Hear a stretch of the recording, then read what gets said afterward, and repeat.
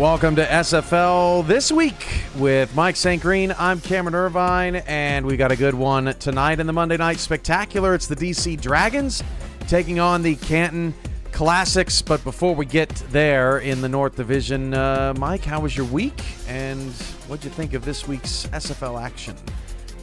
Yeah, had a great week, Cam. Celebrated On's birthday and anniversary this weekend, so we had a great time Saturday night out on the patio, Cam. Finally up and running, 99.9% done, but we were able to make it happen this weekend, so we had a great time and got a chance to take in some great SFL action this weekend, and we're going to cover it all right here tonight, Cam. What was the number on that anniversary? It was number 9. All right, 9 years. Well, congratulations, you two. Love is in the air in the SFL, isn't it, Mike? What's your favorite love story in the SFL? In the SFL? Yeah, it could be Gabriel Manning and his contract, or, any Mike St. Green in the mirror. What? Yeah, I was going to say anything involving me. We know that. That's incredible. Well, fortunately for us in the SFL, we didn't have as many blowouts this week. We're starting to see everything kind of tighten up. And one game that we thought we'd see a blowout was Albuquerque on the road taking on Baltimore. Now, Baltimore led our show last week in their loss on the road to Minnesota. What would they look like in a bounce back after giving up a whole bunch of points to the Minnesota Legend? We'll get to that shortly. Florida and Charleston, a battle of undefeateds squared off this week. So did Arizona and Mexico City on Sunday afternoon in a battle of unbeatens as well. So we've got all those highlights, analysis, so much more. Ashley Jackson is here with PGI. She talked with a couple coaches around the league to get their pulse after week 4. But we begin with that Baltimore game at Sports Gamers Online Stadium, where the Baltimore Vultures took on the Albuquerque Adams, and let's get to it. First off, wow, that's not a good start to the game. William Patterson takes it away from Jack Wigmore, makes it 7-0 Albuquerque early. Baltimore fights back with a T. Roy Gaines touchdown. That makes it 7-7. Michael Knight gets into the end zone. That's a score. 14-7. Albuquerque strikes back. Baltimore right back into the painted grass. 14-14. 7:46 to go in the second quarter. Now 21-17. This is when the wheels start to fall off for Albuquerque. Ben Stackenpaper takes it all the way. An ill-advised throw from Cyrus Jive. And Baltimore takes the lead 24-21. That's with 47 seconds to go in the first half. But wait, 20 seconds later, throws another pick six. You can't do this on the road, Mike. Hey, Cam, especially against a team with the caliber of the Baltimore Vultures. You can't give these guys opportunities like that. Up until that point, Albuquerque was giving them a good game, and two unfortunate pick sixes right there put them behind the 8 ball. But Albuquerque would fight back. Look at Greg Corky with the one-handed snag. He had nearly 200 yards in a banner day for his career. This is just at the start of the second half, but Cyrus Jive wasn't done. Greg Corky again into the end zone for the touchdown, 31-28. Baltimore's only up 3, now up 34-28. What a dime. T. Roy Gaines, one rushing touchdown, one passing touchdown, puts Baltimore up 41-28, now 44-28. Boy, Albuquerque not going anywhere. Jack Wall with the touchdown makes it 44-34. 2-point conversion, no good, taken away in the end zone, and that would be the last time that Cyrus Jive would have an opportunity. Baltimore put up a garbage time touchdown. They won 51-34, and they took it away from the Adams, who had every opportunity to pull this upset. But despite that, Albuquerque now 1-2. But what impression did Albuquerque make on you this week, if any? Well, as you mentioned, Greg Corky, we had him in Houston. He had been in Houston for several seasons, and got a chance to be in the same locker room with him for the 4 seasons that I had been in Houston thus far. And always a team player. Anything you needed him to do, he would do. But he wanted an opportunity to do what he did the other night. Almost 200 yards receiving, a couple of touchdowns. I'm really happy for Greg, but the main thing though is he and the entire receiving core over at Albuquerque really gave Baltimore fits. K. Marion, as we saw Jack Wall score a touchdown. It's a really solid receiving group, and then they gave the Vultures all that they could handle. Let us know how we're sounding out there, too. We've been continuing to work on our audio here at SFL headquarters, and if somebody out there can make audio easier, you're probably going to be a rich man someday. But appreciate all your viewership through those technicalities. But Mike and I hopefully sound good for you here this evening. So, all right, Baltimore took care of Albuquerque, but it was a tough one. Let's go to a battle of unbeatens now and go to Florida and Charleston. This one was a rough and tumble game, but it started out very high octane on the offensive side of the ball. 7-0 Florida on their opening drive. This was Charleston's chance. Fast forward to the third quarter, and it was only 10-0 Florida. Charleston with the interception. They get inside scoring position right away, and you got to capitalize on these opportunities when you're playing Florida, Mike. Yeah, you definitely have to capitalize, Cam. Two-time defending champs. You get an opportunity, you got to take advantage of it. And they don't. Daniel Wright with the interception in the back of the end zone. That was such a soul crusher there for Charleston. Now Florida back at it, and this may be one of the best plays of the season. Definitely the best catch this week and throw. Ron Cochran with pressure at his feet, Mike. Break this down. Yeah, we see Ron Cochran drop back right here. Pressure coming, kind of drops back, throws off his back foot, and Art Vanderlei on the other end makes a great catch. Has to kind of reach behind him a little bit, but he makes a great catch anyway. Picks up the first down. Art Vanderlei gets nailed, lost the ball with 5 minutes left, but Florida recovers another missed opportunity for the Charleston Predators. And then on 3rd and 12 late in the game, Mike, I mean, you have to get off the field in that moment. You have to capitalize. Charleston did not. They end up getting shut out 16-0 Florida, one of your 3 remaining unbeaten. So we'll get to the other a little bit later in the show. Charleston hung with them just like they did last season. Took them to overtime, but just was unable to get the W. And unfortunately, in front of their home fans in their home opener, were not able to get a point on the board.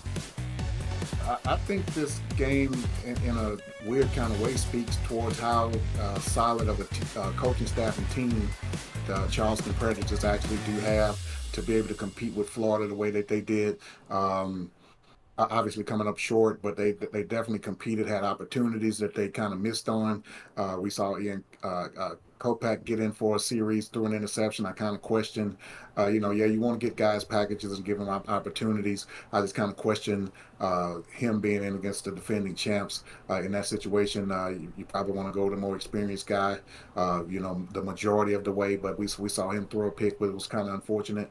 But Charleston has a solid team, and they're going to be a tough out for whoever has to face them moving ahead. Florida continues to revolutionize. Did you see anything? Have you seen anything in their game? I know they're not winning very pretty right now, but it's like, well, until they actually start losing, there's really no cause for concern, is there? No, I mean, because they never, in so many words, never win pretty, as far as I'm concerned. They just always been the solid team that's going to, beat you fundamentally, they're solid on defense. They typically have a defensive line that's going to get after your quarterback pretty well. And between Bullet Beletsky and then now they figured out, hey, but let's put Art Vanderlei back there in that backfield every now and again. They're just a tough team to match up with, and they seem to be able to counter whatever move the other team wants to make. Let's see what the old ball coach had to say. Ashley Jackson sat down with Art Vanderlei on another edition of PGI. All right, and we are back with PGI. And I'm joined with another great friend of mine, Mr. Art Vanderlei, wide receiver, head coach, defensive coordinator for the Florida Storm that just came off a very dominant win over the Charleston Predators, 0-16. How you doing, Art? How you doing, Ashley? Good to be on with you. Hey, good to have you back. I mean, you still one of my favorite receivers with that catch you did in the minors, man. That's still picturesque to me. That's all I'm known for, according to Mike All, so I'm good. That one shot, huh? Yeah, that's it. A one-trick pony. Ask him, he'll tell you. Well, I'll tell you what wasn't a one-trick pony. This win against Charleston. I mean, very dominant. You guys scored 10 points in the first quarter, 6 points in the fourth quarter, giving them chances. They just was not able to capitalize on it. And I think one of the keys to your success, just for me looking, is the fact that you guys kept them under 100 yards rushing. I think it was only 73 yards rushing. So besides kind of stifling their run game, what do you think some of the keys to your success was with this Charleston group? Because they were playing hard-nosed football up until this point. Yeah, I mean, they're a really good team on both sides of the ball. So it was a battle the entire night. We got off to a good start, which obviously helped a lot, and then they started shutting down the offense because they have that type of defense and stuff. So, other than the run game, we made some good plays and we had some good coverage. We didn't blitz all that much. We had some blitzes, but they have a great offensive line, so we kind of backed off a little this week, and the zone, and mixed in with the man defense, they worked, and we have some great cover corners and safeties and really good players on defense. So, hats off to them. They did a great job as usual. Getting a shutout in this league is not easy by any stretch of the imagination. And a team like that, much less, much more difficult. Indeed. And since you guys are the current reigning champions, do you feel like this season is particularly a trying one for you? I mean, because anytime you're the champion, the target is on your back. So are you guys feeling that extra pressure?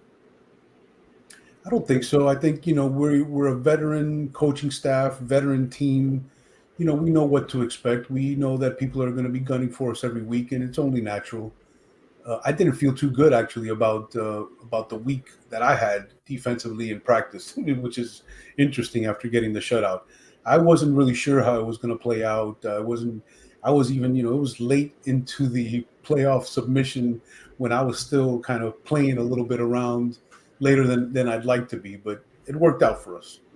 They're a good team. They're a really good team. I don't want to see them again. I told them in chat, I don't, every season they play us really tough. The last two seasons were much, not I want to say much more difficult.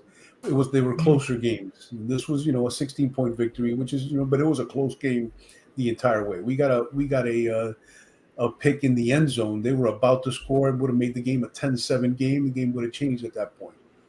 So it was that close in the third period, mid to late in the third period. So they're a really good team. Indeed. Currently in the East, you guys are number 1, 3-0. So undefeated. Your next opponents will be the Nashville Tempo, who has been rocking since they've joined the the majors. So what do you think your plan of attack will be for Nashville without giving too much away, of course? Not really sure. I just started looking at them a little bit today. My buddy James Walters on that team, one of the owners, great coach. So I know what he's going to be bringing on defense a lot. Good, obviously great coach. They have a very well coached team. They're a good team. They're up and coming, and hopefully we can contain them a little bit and score enough points to get them out of the way. It's the same formula every week for us, right? It's just enough to get the win. We're not, we dominated, I think, a little bit on both sides of the ball on this game, but sometimes it goes both ways. So as long as we score one more than them, we're in good shape. We play at home, which helps some, to be honest. So, we'll see. I know that they have a good team too, and they've been hot. So, but Charleston was hot too, and they do have a good team also. Indeed. So how involved is Max Paul with coaching? So Mighty runs the offense for us, right?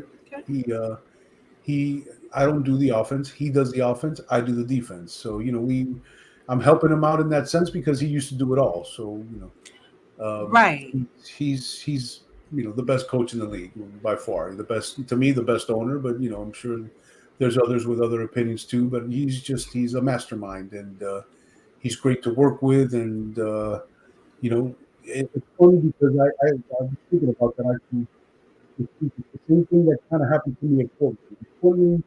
I was left alone to run the defense, and the same thing happens here.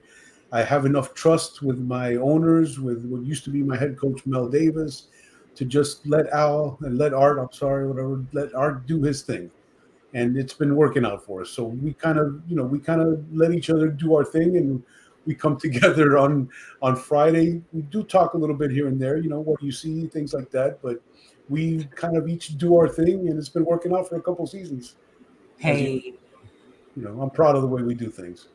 that's awesome. I just asked, just for clarification purposes. Just I make sure got you got to sneak nobody else over there. Yeah.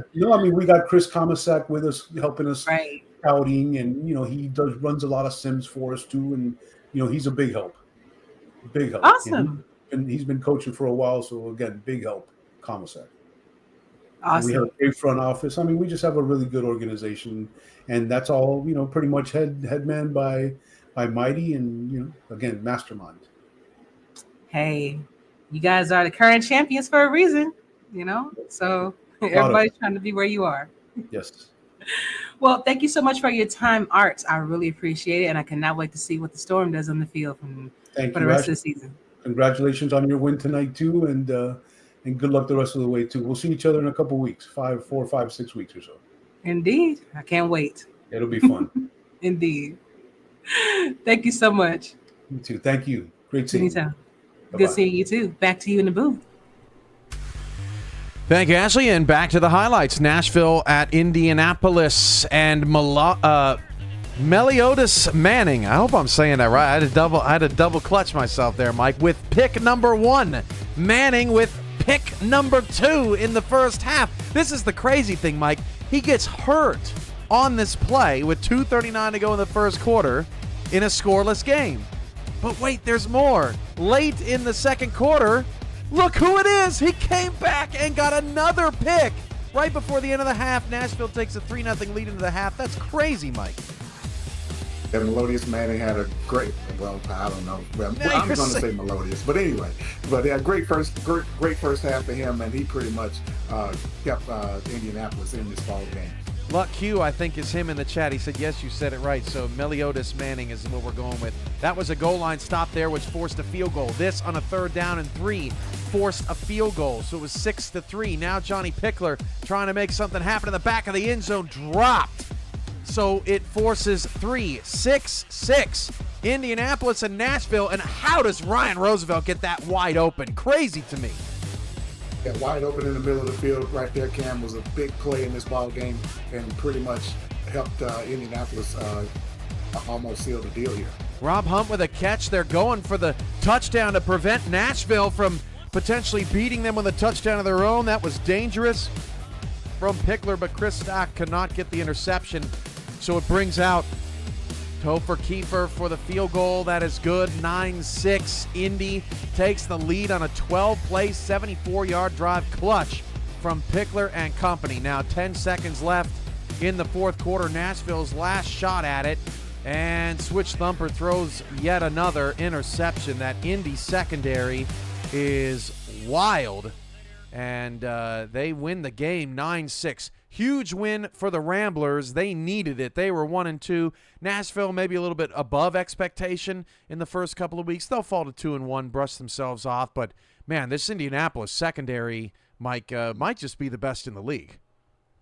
It is a great secondary, Cam, and they were much needed in this ball game. The offense continues to struggle. I'm not sure what's going on there. It seems like it should be enough talent. The running game is pretty much non-existent. I think they should put Chad Rowland back in the backfield again, like they used to try a couple of seasons ago. I mean, it can't hurt anything by me, but I don't know what he would do. But maybe give Chad Rowland a try back there again or something in the backfield to try to get that running game jump started. But the defense has been playing lights out and did a great job of holding the Nashville's tempo down. Chris Delro, big supporter of the show, $5 super chat. Tough loss against a good Indy team. We're on to Florida to try to shock the champs. And thank you all for another great SFL week. Thank you for helping our show and moving us along and being here watching. Otherwise, we wouldn't be doing this. Trust me, it's a lot of work. So we're only going to do it if you're watching. And so we appreciate that. All right, let's see. Let's get to some blowouts here. Let's start with Minnesota taking on Louisiana. I've never seen a team run as good on Minnesota as Louisiana did, but it doesn't much matter when you're down 20. They dug themselves a hole, Mike, and Minnesota, I mean, they're just real good. They're just looking like the well-oiled machine that I've been basically talking about all season long. This team is loaded, roster from top to bottom. The running game is solid. The receiving core is great. The defense and defensive line is outstanding. There's just no weak points in this team, and they showed it again this weekend. I thought there were some positive signs out of Louisiana. It was kind of like the Mexico City game, but maybe a better version of it. They lost 20-6 in week 1. They lost 23-3 here in week 4, but their run game was much more impressive, much more dynamic. They just could not get the pass game going, just could not find the offensive consistency. And look, they did a pretty decent job on Colin Hart, but the dam finally broke in the fourth quarter, and Colin Hart took care of business. Pittsburgh blows out Chicago 35-10. Chicago's 0-4, down at the bottom with Motor City and Queen City, and still left scratching their heads. Meanwhile, Pittsburgh, I mean, it looked like they took out all their anger over letting that Charleston game get away from them on Monday night, and they were awesome. Where do you want to begin with this matchup? Yeah, and as you mentioned last week, a couple of big turnovers to change the momentum last Monday against Charleston that really hurt Pittsburgh. And leaving that game, I was thinking, man, these guys could probably use a week off to regroup and try to get things on track and get that first win. And they responded extremely well. This was probably the first complete game we saw from them on the offensive side of the ball. The defense has actually played pretty good. They have a solid secondary over there. But we've seen the passing game work. Connor Weston, he's an early candidate to be an all-star this season.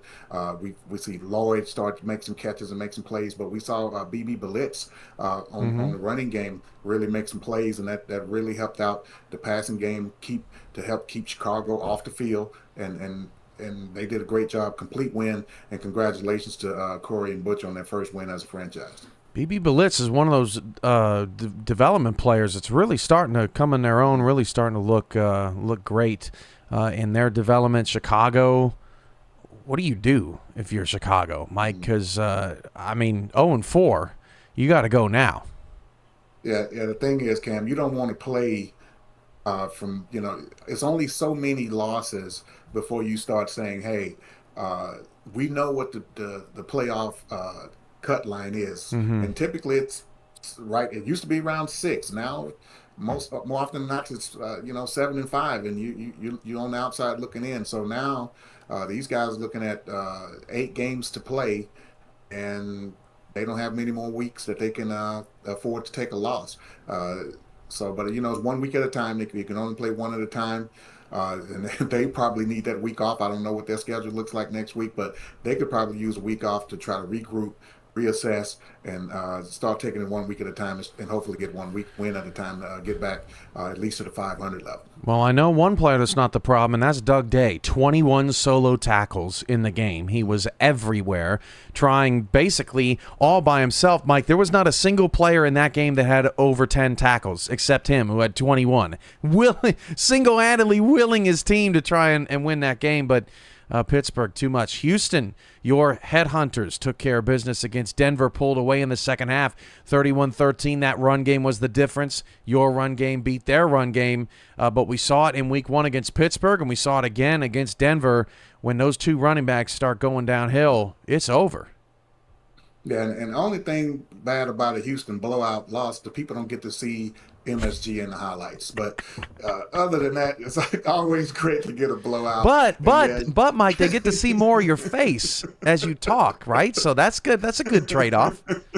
But yeah, a great trade-off. They get to see me in person every week. But Josh Slapp stepping for carry, and that's a great running back combination. Josh Slapp, in my opinion, is probably the best initial contact runner in this league. It's several times he was hitting the backfield, able to shed tackles, at least get 1 or 2 yards out of it. So, Houston wasn't playing behind the sticks. And then as he was getting close to 100 yards and had a great first half in this game, and not to mention, 4 total touchdowns, 3 rushing and 1 receiving, and then just Shepard for carrying just came in, was almost like a breath of fresh air. I know he was averaging close to about 7 yards a carry. I think he was close to 100 yards as well. It's just a great combination, and once that two-headed monster gets going, Houston's very, very tough to stop.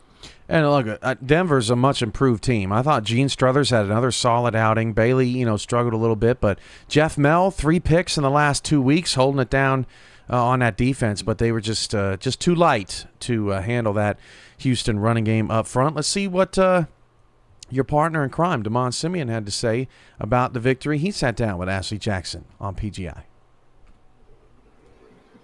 All right, welcome back to PGI, where I am joined with a great friend of mine, Mr. Damon Simeon. Of course, Hall of Famer wide receiver, but he is also co-owner of the Houston Headhunters. It just had a dominating performance this evening. What is going on, man? Oh, and excuse me, coach as well, head coach. Got to make sure I throw that in there. Yeah, I wear a lot of hats in this organization. Yeah. So some people say that I'm stubborn. I don't want to give up jobs or titles and stuff like that. But that's not true. Hey, you want to make sure it get done what it need to get done, So I feel you. Exactly. I delegate the work sometimes, every now and then. Yeah. But just make sure you're not burning the candle from both ends when you don't have to. If you got people there, like use them, that's what I'm saying. But Absolutely. Great win tonight. As I stated before, 31-13 and a totally dominating performance. They weren't able to score more than 7 points in the whole game. You guys scored double digits in 2 quarters. It looks like first quarter was a bit of a slow start for you. So things started to turn around the second quarter as you're scoring 14 points, and then going on to score in every quarter after that. So, Damon, besides having the balanced game that you guys had tonight with the 195 yards passing and 194 rushing, bro, that's as balanced as you're going to get. Tell me, what do you think some of the other keys to success were for this win over Denver that came in red hot? Oh, man. Sorry, I had to swallow that for my reason. Sorry. But yes, to answer your question, what I saw in the game was our secondary. Our secondary was playing lights out. And what I mean was anytime the ball was hitting the hands of the receiver, the secondary was right there, right on top of it. Although we did give up some key 3rd and long conversions to Denver, our secondary played outstanding. I think Guy Incognito had a pick. Our defensive line got a lot of pressure on Gene Suthers, and I think that was a key to our victory tonight. I just love what I saw from the secondary, man. I stated that I posted in the game chat that our secondary is smoking and they're rolling right now. They're like a bunch of pit bulls, is what I stated in the game chat, because they just weren't allowing Denver to really catch anything, But Denver did find some open space in our zone defense. and they did take advantage of it every now and then, and they did pick up some key third downs, which I really dislike. I know you are one of the individuals that does concentrate on third downs. And I mean, you guys weren't too shabby on third down, though. I mean, you guys had 9 out of 12. They had 8 out of 10. So I get what you're saying. But at the same time, Yeah. you did come out with the win. Yeah. And even just only allowing them to score 13 points, it's awesome. But I have a question. With the gameplay that you saw tonight, what do you think some areas of opportunities will be for you for next week? I think we got to get better now. I think we got to get better in our passing game, to be honest with you. There were some times where I did see that we were throwing the ball in double coverage, triple coverage at times or so. We did throw a pick where the ball was underthrown in double coverage. So we got to get, some plays in, some routes in where we're not putting ourselves in harm's way like that and putting ourselves in better opportunities to make catches and completions and be able to move the ball down the field methodically, with at ease, as we've seen that we could do, especially last season. Last season we moved the ball down the field pretty good, in my opinion. This season we did have a kind of rocky start in week 2 versus Vancouver. And I think we looked pretty good tonight. Not as good as I would like for it, because I want it to be great. I want it to be perfect. Although I know that it can't be perfect, but that's just my demeanor. I want to strive for perfection, although I know that it won't be perfect. Well said. All right. So you and I talked a little bit off camera, and you explained to me that this was a must-needed win for the Houston. Why? Absolutely, it was a much needed win for us because one, we were down in the standings in the South, right? After that loss to Vancouver, that put us at 1-1. This win here was very big for us because it puts us above 500 in the wins, in the win status and column, win and loss status here in the league. So being above 500 is better than being under 500. At 1-2, and then now we're sitting at 2-1, heading into next week, getting ready for Carolina, and I'm already running Sims versus Carolina right now as we speak.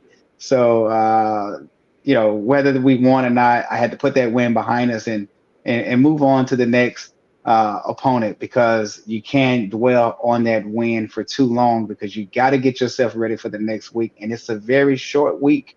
We don't have a lot of time because, I have a real life. So I know that's right.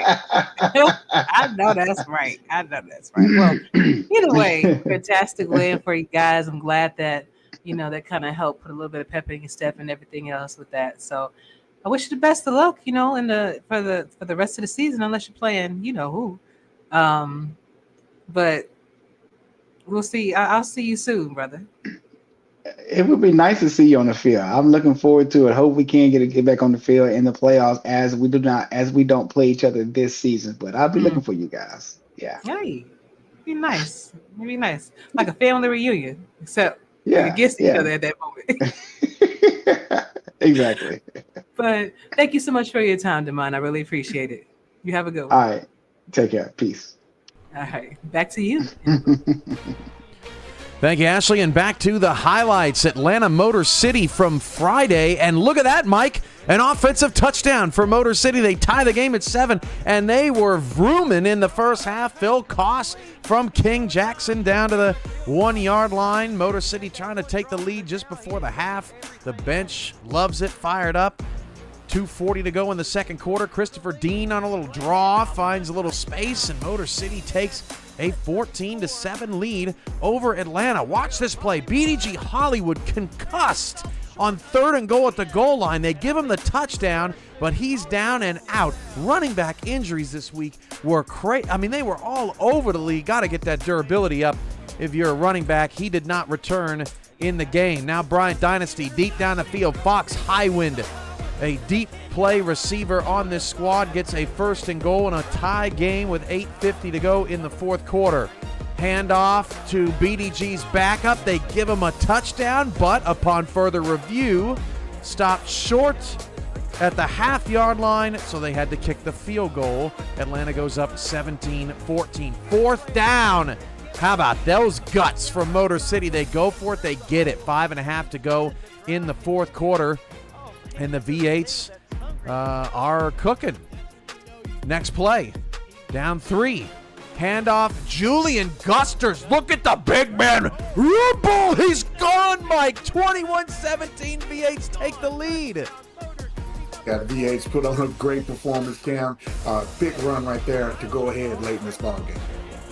Atlanta now just shy of the red zone. It's Highwind again in double coverage down to the 2-yard line, and all they need is a touchdown to win. Second and goal, Mitchell O'Brien. What a play call for Atlanta. 24-21, but there's still hope. King Jackson, Hail Mary, knocked away. No dice. And Motor City falls again, 24-21, but man, they sure did play great. They played a great ball game, Cam. They did everything except close it out and get the win. And I know it's very disappointing for them to still be winless in this season. But it was also a huge win for Atlanta.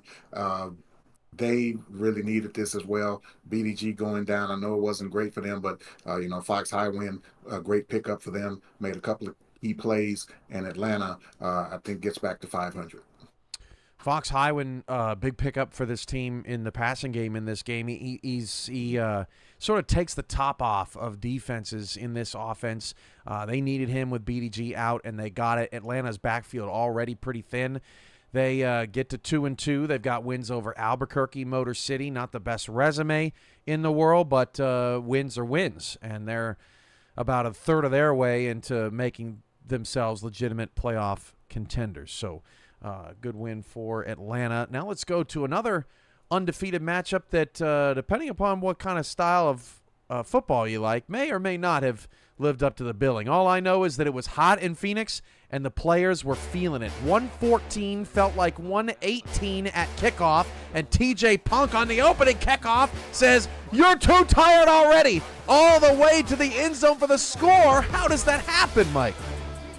TJ Punk, Cam, he's really coming to his own over the last few seasons, and he's just been fantastic.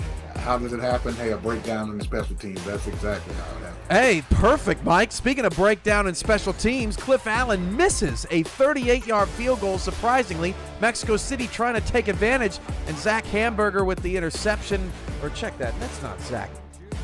I'm going to have to get that here in a minute. 10-3, Arizona on top of Mexico City, and Arizona's trying to take advantage, and that pass is picked off. Intercepted by a non-contract player because Merrick Itera and Max Jackson were out of this game due to injury. So was Arizona's Brad Jones, the SFL's league-leading rusher. Jordan Sipes' pass inside the 15 gets Mexico City in the zone, but they can't take advantage. They have to kick the field goal. Bo Martin Jr. with that pick now. We're in number 24 for Arizona. Yayo Montana down the field has a first down late in the fourth quarter, but it ends in a field goal. Would Cliff Allen make this one from 35 yards away? Allen, almost missed again, but sticks it through the uprights. 13-6 on a 13-play drive. 7 minutes to go in the fourth quarter. Mexico City on second down and 3. St. Green, this is Buford Van Dam's first carry of the game. He has a huge lane to run through for 8 yards. Surprised we didn't see more of him. Then 2 plays later, Jordan Sipe with 5 wide receivers. Well, a tight end out there too finds tight end Bill Henry. This was his first catch of the game. Mexico City just needed more of this in this one, but instead ended up kicking this field goal, and that was the last time they had the ball. They never got it back. 13-9, Arizona wins and stays undefeated, but yeah, it was by a razor's edge as the Scorpions win another close one at home.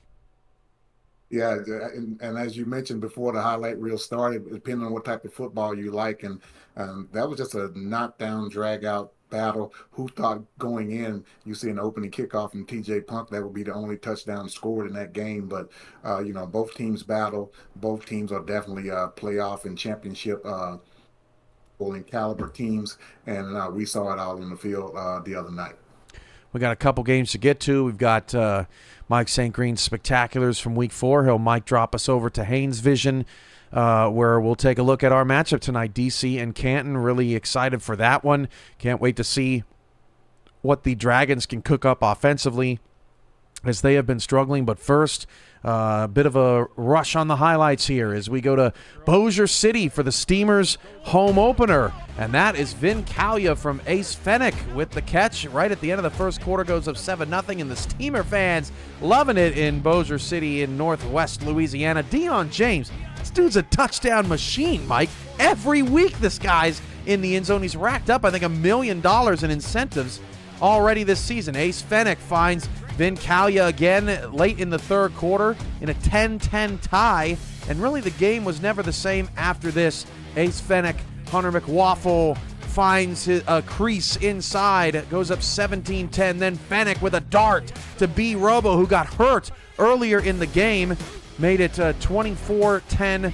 Bossier City on top of Lexington, fourth down late. The Miners were just sluggish in the second half offensively, and Kenny Slider looking for C.J. Parrish would not be able to connect with him, and that was the end of that. Bossier City gets the win. Los Angeles at hosting Carolina, and this was about Jalen Wells in the first quarter. Not one, not two, but Jalen Wells would get 3 touchdowns in the first quarter, all from 2 yards or less. That was off of 3 Carolina turnovers in the first quarter, and it was 21-0. But Carolina started to get a little bit of momentum back in the second quarter. Intercept Sully Richardson. All of a sudden, maybe Carolina has some juice. But 2 plays later, picked again. I mean, he just threw it right to Ace Blackwell. Not sure what happened there. Mike, Matt South did not have a completion in the first half. In the second half, he finds Chase earlier, 21-7. Maybe the Skyhawks are getting back in this thing.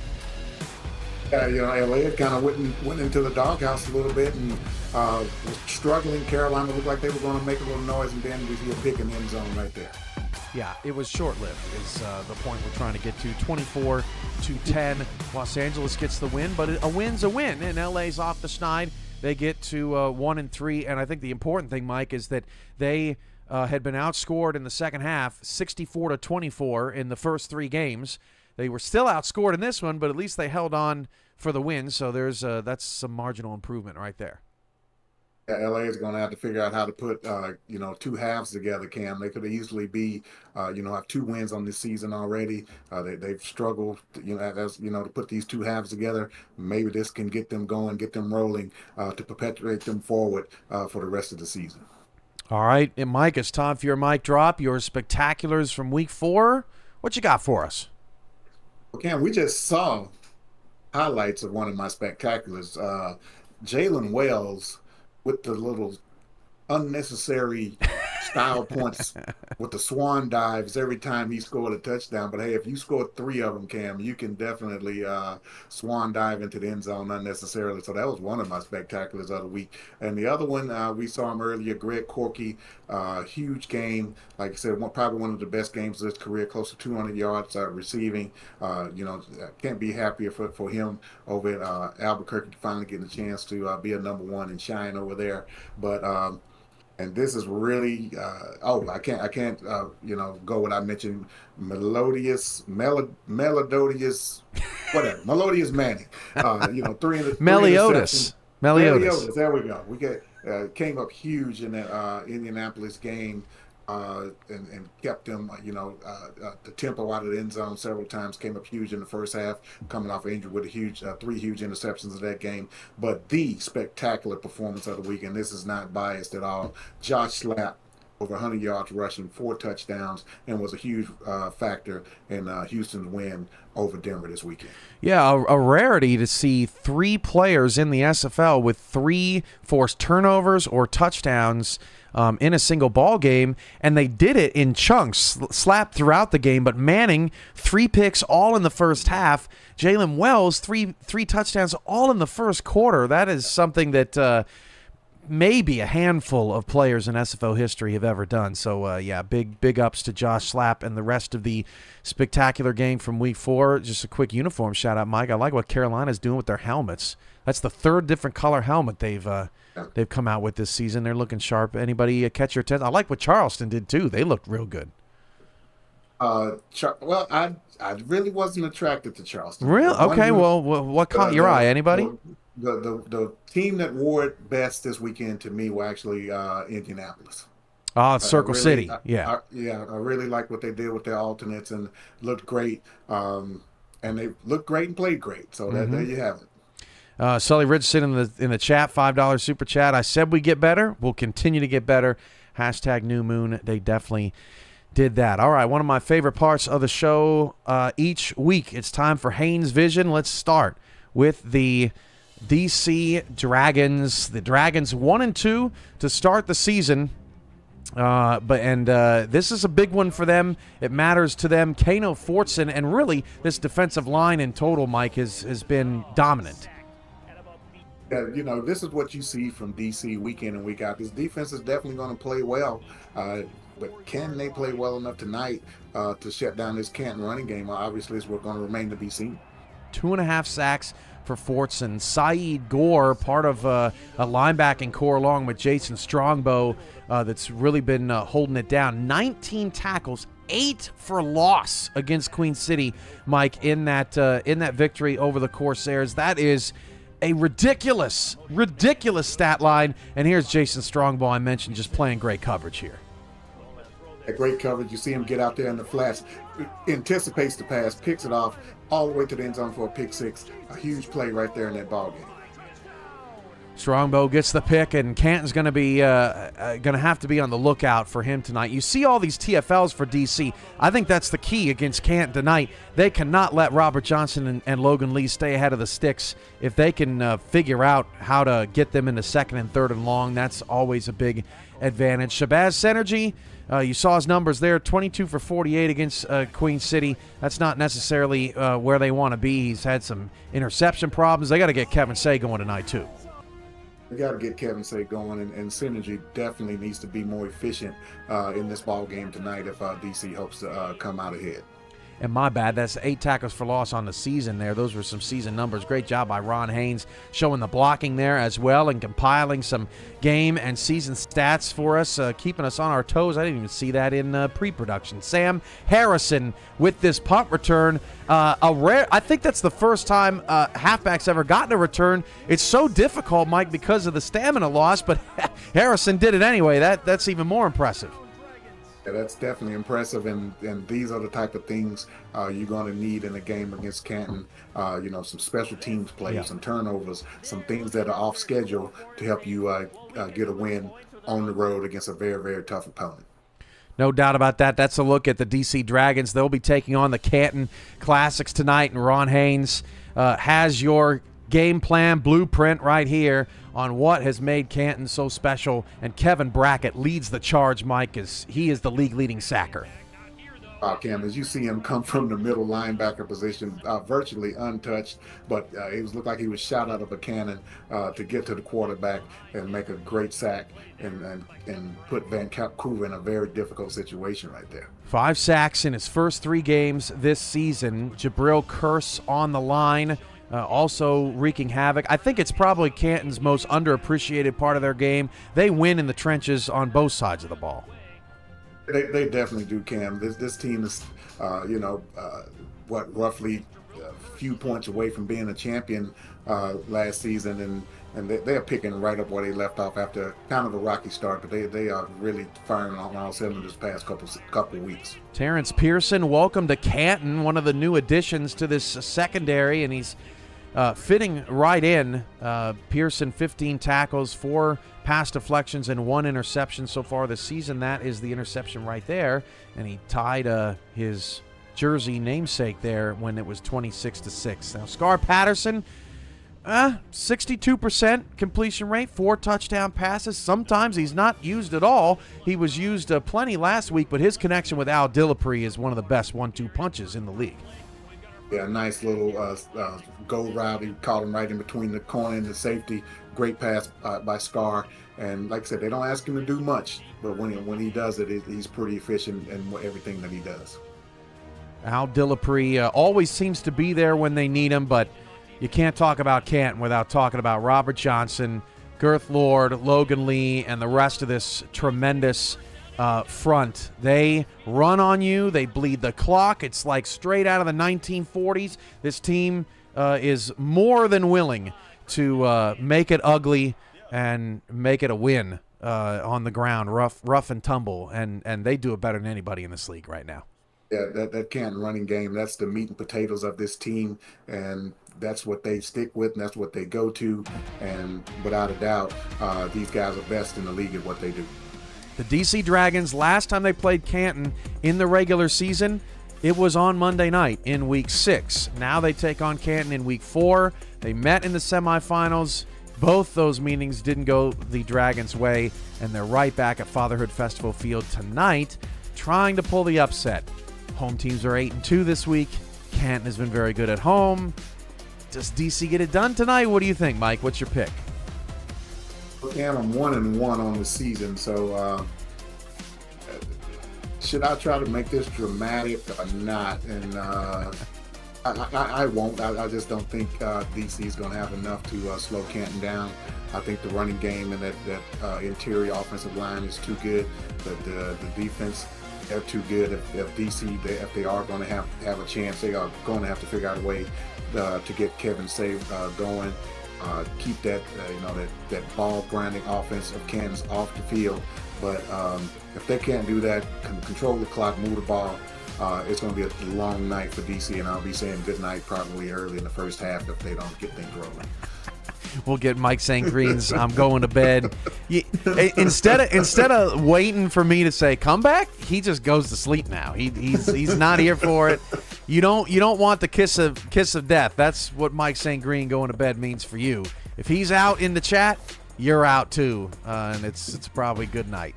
But Chris Curtis, Tyler Falk will be with us. Charles Doherty, of course, as part of our broadcast team. We'll meet our stats team here in a little while as well. About 8:48 to kick off. Finally, we don't have to rush. Maybe we can start Monday nights on time.